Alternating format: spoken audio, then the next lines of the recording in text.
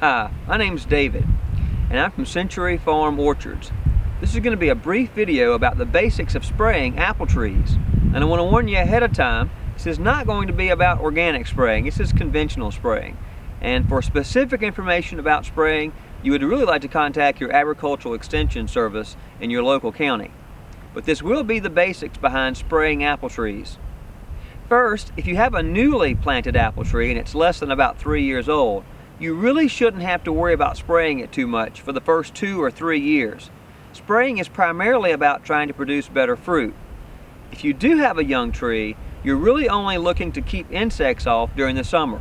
Japanese beetles or caterpillars, something from eating the leaves off. Primarily, you should not have a problem with fungi or fire blight or insects that would damage the tree a lot, except for those other insects I talked about. In that case, just kind of monitor your tree and know that certain insects like Japanese beetles tend to come out and harm trees in mid to late June, and be on the lookout for them. The best chemical to spray to possibly eliminate that problem would be Sevin, S-E-V-I-N. I would not use Sevin a lot, but you can use it a couple of times during the season successfully, and it will eliminate your problem. If you overuse Sevin, you can actually create other problems with other insects by killing the beneficial insects. So try not to use it more than 2, 3, or maximum 4 times a season. And do read the instructions on the label about how to mix it. It depends on whether it's a dust or a soluble liquid, so be careful with that. Now back to the basics. If you do have apple trees, kind of like this one, which could possibly produce fruit, they're large enough to. To start off with, starting from the beginning of the season, in mid to late February or possibly early March, you'd like to spray dormant oil on the tree. Dormant oil is paraffin-based, like candle wax, paraffin-based or petroleum-based. And you spray it on the tree in a sunny day when the temperatures are hopefully at least in the low 60s, and that chemical coats the bare limbs. That's why it's called dormant oil. You spray it while the tree is still fully dormant. It coats the bare limbs and smothers insect eggs and actually prevents them from hatching. It smothers them, they can't get any oxygen, they basically die. You're preventing problems before they ever start, literally before they hatch. This tree is kind of late in coming out this spring. This variety is one that does come out kind of late, but still there's some green tip on here. You would rather spray before there's any green tip. So mid to late February, early March, depending on your climate, good time to spray dormant oil. Following that, you're really waiting until the tree starts to bloom again. If you're afraid of fire blight, or if fire blight is a problem in your area, fire blight being a bacteria, you really like to spray agromycin to prevent fire blight. Talk to your agricultural extension agent or call your local hardware store or chemical provider about agromycin. It's an antibiotic that helps to prevent fire blight. Fire blight is a bacteria that's spread by insects from tree to tree, primarily while the tree is blooming. So we'll pan over to this tree and look at it while it's blooming.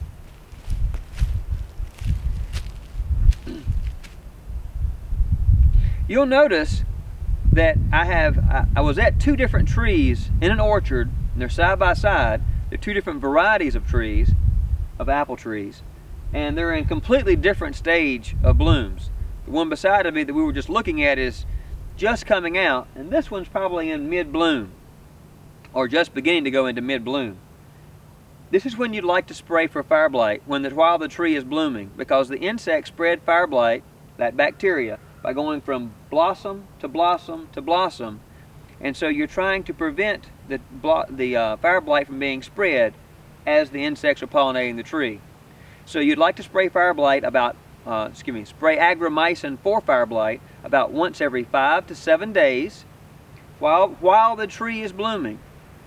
Do not mix any pesticides whatsoever in with this chemical while the tree is blooming. You do not want to spray any pesticides while the tree is blooming, because you'll not only kill the insects that are pollinating the trees, but you'll do harm to the honeybees, and honeybees are very valuable for our country at this time, and very valuable for your orchards as well. So no pesticides, only the agromycin. The only chemical you could possibly mix with the agromycin to spray at the same time is a chemical that is used for cedar apple rust, And that cedar apple rust is a fungus that is spread only during mid to late April or early May. And it's a fungus that basically is in cedar trees. They're little galls, G-A-L-L-S, little galls that hang in cedar trees, and they put out their spores in mid to late April and early May. It's the only time. And you could spray for that. And the chemical that I use for spraying for cedar apple rust, which is a fungus, is Rally 40, R-A-L-L-Y 40. And I do mix those two chemicals together and spray it. But those are the only chemicals I spray and when the tree's blooming. And when I do spray when the tree's blooming, I try to catch it late in the evening when the insects are not as active and the honeybees are not as active. But it does no good to spray for fire blight unless the tree is blooming. So this would be a good stage to spray for fire blight right now. Now let's get past that stage. After the tree has completed its blooming cycle and all the blooms have fallen off, every last bloom has fallen off, so you're not attracting insects or honeybees to your tree, that's when you're spraying for the fruit. And by that I mean spraying to keep the fruit from having insects, the proverbial apple, and the worm in the apple, and or you're trying to spray for some of the fungi that would damage the apple. And what you would like to spray at that point, when all the blooms have fallen off, you'd like to spray what's called a cover spray. And a cover spray basically covers it. And an insecticide. And there are lots of different recommendations for what to use. Probably the simplest thing for the backyard home orchard owner is to use something called an orchard spray. It's a mix that you can buy at almost any place, and it has a pesticide like 7 in it, S-E-V-I-N, a pesticide like 7, and also has a fungicide like Captan, C-A-P-T-A-N in it. And follow the instructions on the side of it when you're actually spraying for your first cover spray. And when you spray that, if you want to make it last longer, sometimes you can put a chemical that's called a sticker spreader. Sticker, just like it makes it stick on better, and or it spreads out over the fruit as well and kind of covers the fruit. That makes the chemical stay on there a little bit longer. The best sticker spreader that I like to use is one called New Film 17, capital N, capital U dash 17, New Film 17. It's a very good, it's kind of expensive, but it's very good. I personally use a cocktail of fungicides and pesticides recommended by the North Carolina Department of Agriculture. I use a mixture of Captan, Zyram, Z-I-R-A-M, Topsin, M-T-O-P-S-I-N-M, and I use the pesticide Imidan, I-M-I-D-A-N, all of which you do not have to have a pesticide license to purchase.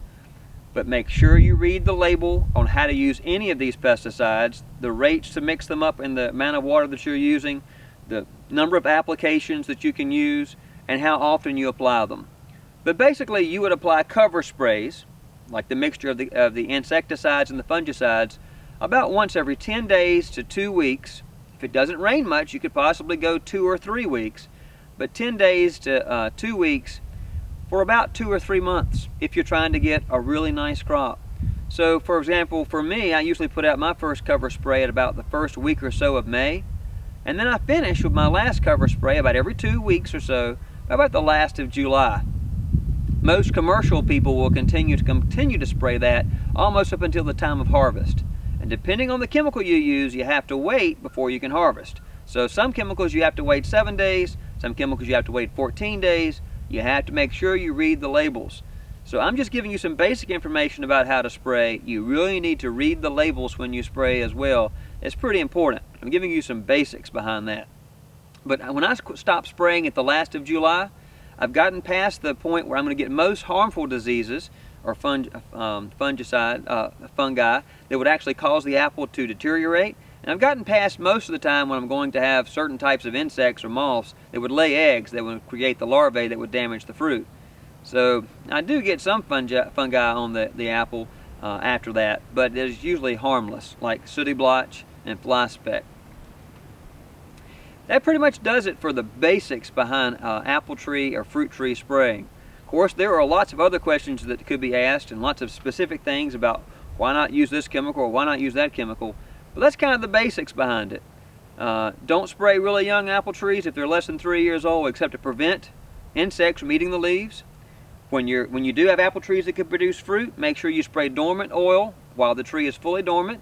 While the tree is blooming, if you're trying to prevent fire blight, spray agromycin and possibly something like Raleigh 40 to prevent cedar apple rust, which you could also use for the first cover spray or so. Mix it in until about the first or second week of May. And then after you do your cover spray with your first insecticide use and pesticide, make sure all the blooms are off before you do it. Then spray, and then do that cover spray, that same cover spray, about every 2 weeks for about 2 or 3 months. And you should have fairly good fruit. There are organic ways of doing it, and this is not about organic spraying. The ideas are the same as far as your timing and what you're trying to prevent, but the chemicals would be different and some of the methods would be different. And of course, this is really a short, brief course. For more specific information, contact your local agricultural extension agent. And you may even want to check my website. I'm going to try to have a listing of the outline of when you would spray and kind of what you're trying to spray for on my website as well. And this should be very close to where you found the link for this particular video. Once again, I'm David Vernon from Century Farm Orchards. Thank you very much.